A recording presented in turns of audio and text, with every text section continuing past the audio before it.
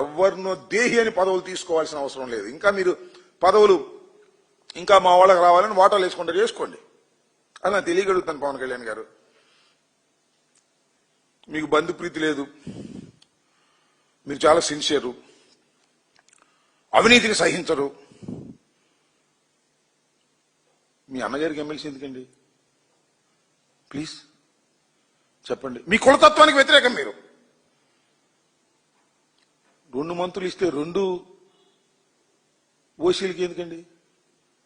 బీసీలు మీ పార్టీకి అవసరం లేదా? ఎస్సీలు మీ పార్టీకి అవసరం లేదా? పవన్ కళ్యాణ్ గారు అన్నగారు ఎమ్మెల్సీ కావాలా? అది కూడా కాదండి. ఇంకో చిత్రం, భలే విచిత్రంగా ఉంటుంది నాకు. నేను ఇప్పుడు చూడ రాజకీయాల్లో, ఎందుకంటే పవన్ కళ్యాణ్ గారి కన్నా సీనియర్ నేను. సరే, ఓడిపోతే ఓడిపోవచ్చు, ఆయన ఓడిపోయి నేను ఓడిపోయి, అది వేరే విషయం. మీ అన్నగారికి ఎమ్మెల్సీ ఇచ్చారు, మీ అన్నగారికి మంత్రివర్గంలో స్థానం కల్పిస్తాము అని వాగ్దానం చేశారు. ఏం వాగ్దానం అండి అది? రాసిచ్చారండి.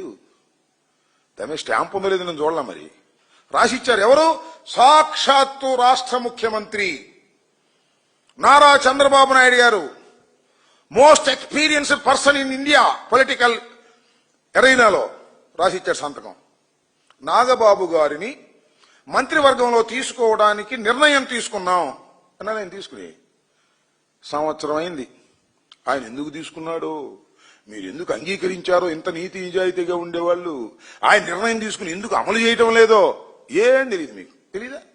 చెప్పండి దీనికి సమాధానం. చాలా మందికి పదవులు ఇప్పించాము, దేహి అని పదవులు తీసుకునేటటువంటి దౌర్భాగ్యమైన పరిస్థితుల్లో మీరున్నారు.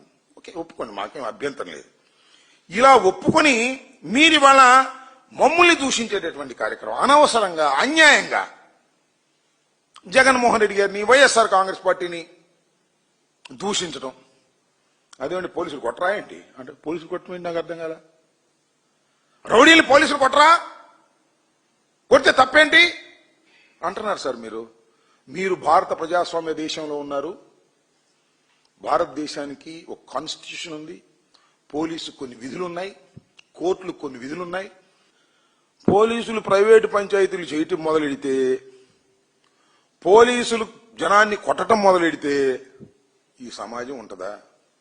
నువ్వేగా ఆయన ఎవరు, జయసూర్య అని, ఇప్పుడు ప్రైవేటు పంచాయతీలు చేస్తానని రాసిచ్చావు. నువ్వు ప్రైవేటు పంచాయతీలు చేస్తున్నాడు, క్లబ్బులు నడుపుతున్నాడు, దానితో పాటు వచ్చిన ఆదాయాన్ని తీసుకెళ్లి ఎమ్మెల్యేలకు పంచుతున్నాడు, దీని మీద శిక్షించండి అని ఇచ్చావు.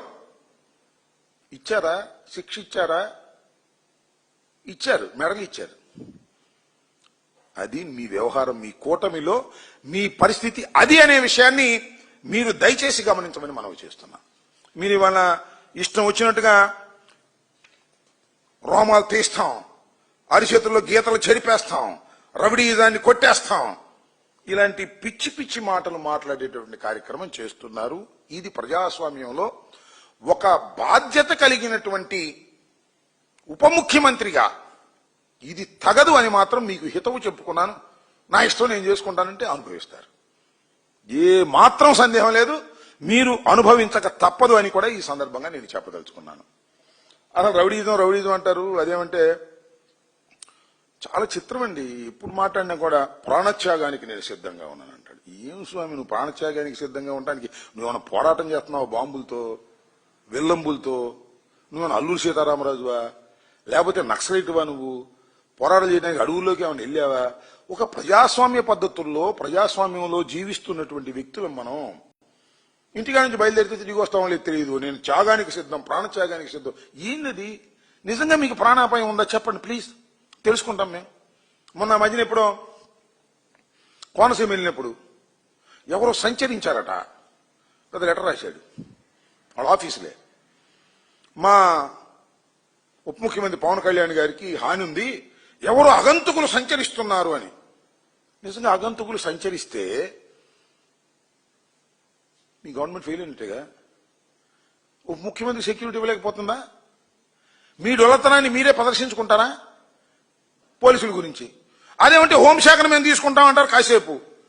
ఇలా ఇవాళ రాష్ట్రంలో అనేకమైన సమస్యలున్నాయి. హాస్టల్స్ లో ఫుడ్ లేక పిల్లలు అల్లాడిపోతున్నారు. సరైనటువంటి ఫుడ్ లేదు హాస్టల్స్ లో, బీసీ హాస్టల్స్, ఎస్సీ హాస్టల్లో. ఫీజు రీయింబర్స్మెంట్ లేదు, సరిగ్గా ఫీజు రీయింబర్స్మెంట్ లేక విద్యార్థులు అల్లాడిపోతున్నారు. ఆరోగ్యశ్రీ సరిగా లేదు. గవర్నమెంట్ హాస్పిటల్కి వెళ్తే డబ్బులు అడుగుతున్నారు. ఇది నేను చెప్పింది కాదు, మీ ఎల్లో మీడియాలో వచ్చింది. జీజీహెచ్ లో డబ్బులు ఇస్తే గానీ మేము పేషెంట్లు చూడమంటున్నారు. ఇన్ని సమస్యలు ఉన్నాయి. వారిని దుంపదేగా నీకు గంజాయి. అసలు మా ప్రభుత్వం వచ్చిన 100 రోజుల గంజాయి రహిత రాష్ట్రం అన్నారు. రహిత రాష్ట్రం కాదు, గంజాయి సహిత రాష్ట్రం అయిపోయింది వాళ్ళ. ఎక్కడికి అంటే అక్కడ గంజాయి. ఇక్కడ మీరు చెప్పండి, పవన్ కళ్యాణ్ గారు చెప్తున్నా, ఇక్కడ కూర్చుని ఫోన్ కొడితే ఎవరికన్నా గంజాయి బ్రోకర్లకి గంజాయి ఇచ్చేస్తారు. ఇక్కడ గాపు చిప్ డబ్బులు ఇస్తే. అంత దౌర్భాగ్యమైన పరిస్థితుల్లో రాష్ట్రం అల్లాడిపోతుంటే మమ్మల్ని తిట్టే కార్యక్రమం, మా మీద దూషించే కార్యక్రమం, అది కూడా తీవ్రమైన పదజాలంతో వాడేటువంటి కార్యక్రమం. ఏంటండి నాకు తెలియగొడతాను. మేస్తున్నారు, కోస్తున్నారు.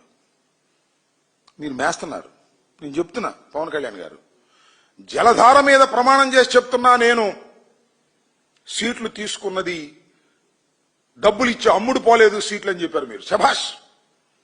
జలధార మీద ప్రమాణం చేసి చెప్తున్నా అన్నారు. ఏది మన అమరజీవి జలధార కార్యక్రమంలో సీట్లు అమ్ముకున్నాను నేను అన్నారు. నేను అమ్ముకోలేదని మీరు జలధార మీద ప్రమాణం చేసి చెప్పారు. ఇప్పుడు చెప్పండి, జలధార మీద ప్రమాణం చేసి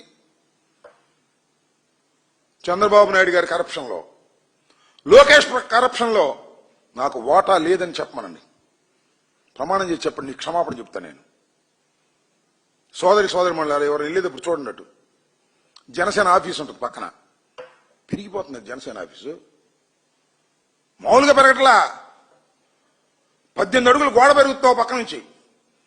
20 ఎకరాలు కొనేశాడు అయ్యారు. ఎక్కడి డబ్బులు? సినిమాలు వచ్చినాయా? ప్లీజ్, అన్ని ఫ్లాపేనే. సినిమాలో డబ్బులు రాలా మీకు? ఎక్కడి నుంచి వస్తున్నాయి డబ్బులు? లోకేష్ కరప్షన్లో, చంద్రబాబు కరప్షన్లో పర్సంటేజ్ ప్రకారం మీకు వస్తుందా రావట్లేదా? జలధార మీద ప్రమాణం చేసి చెప్పమని అడుగుతా ఉన్నా. నువ్వు జలధార మీద ప్రమాణం చేసి చెప్పు, నీకు నేను క్షమాపణ చెప్తా.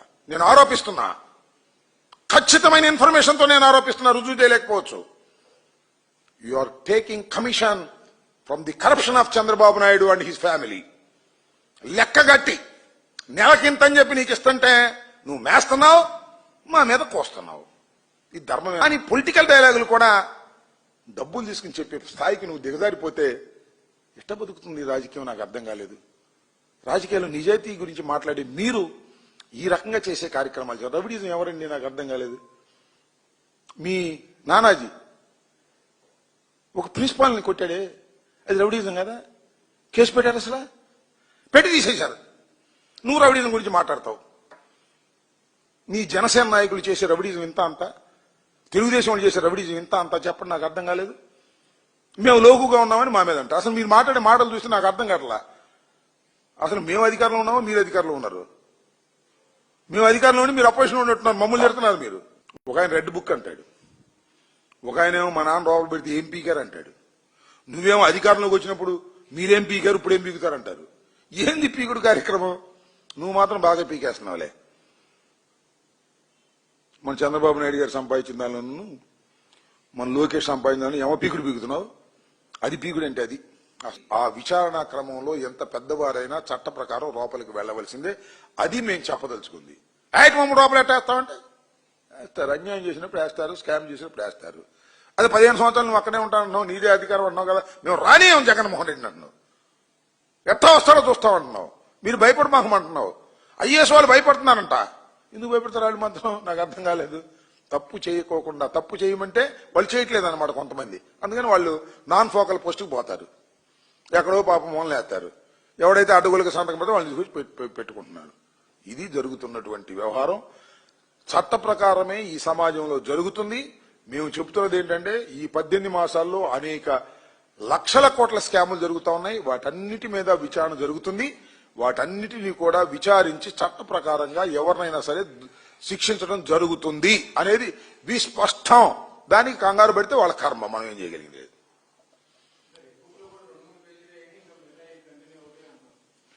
రెడ్ బుక్ లో బెదిరిస్తున్నాడు. రెడ్ బుక్ లో 3 పేజీలు ఆయన చెబుతున్నాడు. మరి ఎన్ని పేజీలు ఉన్నాయో ఆయన తెలుసో లేదో మరి నాకు తెలీదు. గౌరవనీయమైనటువంటి ఐటీ శాఖ మంత్రి ఆయన, విద్యాశాఖ మంత్రి అయినా, లేక ఉప ముఖ్యమంత్రి షాడోనా, లేకపోతే ముఖ్యమంత్రి షాడోనా? ఎన్ని పేజీలు ఉన్నాయి స్వామి నీ రెడ్ బుక్ లో? నేను చెప్పా కదా, నీ రెడ్ బుక్ మా కుక్క కూడా లెక్క చేయదు. రెడ్ బుక్ పెట్టుకో, ఏమైంది? We don't care that. Lokesh తెచ్చాడు, పవన్ కళ్యాణ్ సపోర్ట్ చేస్తున్నాడు, ఖచ్చితంగా అనుభవిస్తారు. రెడ్ బుక్ సాంప్రదాయానికి మీరు బలి కావలసిన పరిస్థితి వస్తాయేమో ఆలోచించుకోండి, గుర్తుపెట్టుకోండి. మీ సాంప్రదాయం అది. ఎక్కిస్తున్నారు సమాజంలో, మా కేడర్ కూడా ఎక్కిస్తున్నారు రెడ్ బుక్ అని. గుర్తుపెట్టుకోండి. లోకేష్ పిల్లకాకి లోకేష్కి ఏం తెలిసింది? ఉండేది దెబ్బ, ముందుంది ముసళ్ల పండుగ. పవన్ కళ్యాణ్ అయినా కూటమి అంతా ఒకటే కదా, రెడ్ బుక్ ను సపోర్ట్ చేస్తున్న కూటమే కదా. ఒక సాంప్రదాయాన్ని రాజకీయాల్లోకి తీసుకొచ్చిన తర్వాత ఆ సాంప్రదాయాన్ని తర్వాత వాడు మొయ్యాలంటాడు. అది వచ్చిన ప్రాబ్లం అది. లోకేష్ రెడ్ బుక్ పెట్టాడు, నువ్వెందుకు పెట్టమంటారు రేపు నన్ను, జగన్మోహన్ రెడ్డి గారిని? ఇది కదా ప్రాబ్లము. ఆ సాంప్రదాయాన్ని తీసుకొచ్చిన తర్వాత అదే సాంప్రదాయాన్ని కొనసాగించవలసిందిగా ప్రజలు కోరతారు. అది ప్రమాదకరం. ఆ ప్రమాదకరమైనటువంటి ఫలితాలకు వచ్చే ప్రమాదం ఉంది. దానివల్ల మీరు నష్టపోతారు అని నేను చెప్పదలుచుకున్నా, సూటిగా చెప్పదలుచుకున్నా.